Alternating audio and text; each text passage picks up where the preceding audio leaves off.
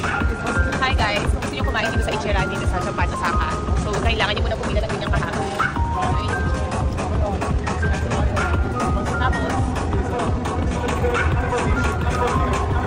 it's already 11:54, so magla-lunch na. Mainit, pero good thing, malamig yung hangin. And bibigyan na lang kayo ng payo para hindi bibigyan. After how many years, so ayan, nakapasok na nga tayo dito sa loob ng resto at meron kayo makikita dito sa upper part ng inyong upuan. Meron siyang wet wipe, so ayan, kinuha ko na at ako yung naglinis ng aking mga kamay. At ganun din, sa katabi nun, meron din ditong given na chopstick. And bibigyan din nila kayo ng baso dito para dyan kayo iinom syempre. Ayan, refill na natin ng water, so ayan, ready to drink na siya. So, napakaganda talaga, napaka-convenient dito. And guys, meron yung mga blocks dito.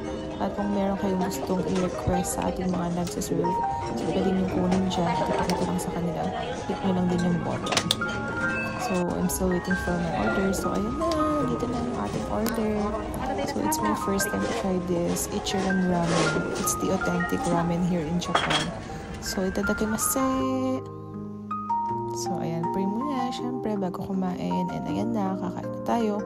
Guys, ang masasabi ko lang talaga, uwishi. Masarap. So, ayan. Enjoy na enjoy sila ati.